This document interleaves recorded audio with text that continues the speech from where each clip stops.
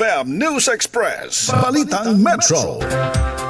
Samantala, sa ibang balitang metro naman, hot meals kontra malnutrisyon lumibot sa San Carlos City. Para po sa detalye, panoorin sa ulat ni Idol Intern Adrian Manalo.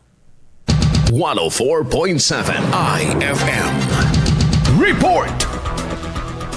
Bumisita sa Barangay Galaw ang Meals on Wheels truck ng pamahalang panglungsod ng San Carlos City bilang bahagi ng community feeding program na naglalayong maghatid ng masustansyang pagkain sa mga residenteng higit na nangangailangan.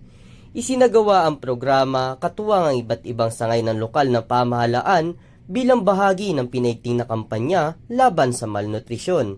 Layunin ng community feeding program na magbigay ng dagdag nutrisyon at angkop na suporta sa mga individual, lalo na sa mga kabilang sa vulnerable sectors upang matiyak ang sapat at balansing pagkain sa antas ng barangay. Bukod sa pamamahagi ng pagkain, nagsilbi rin ang aktibidad bilang plataporma sa pagpapalaganap ng kaalaman hinggil sa wastong nutrisyon at pangangalaga sa kalusugan bilang patuloy na pagsisikap na mapanatili ang kalusugan at kapakanan ng mga residente. Kasama mo mula rito sa IFM News Dagupan, ako si Idol Intern Adrian Manalo, Tatak, IFM. IFM News. IFM News. IFM News.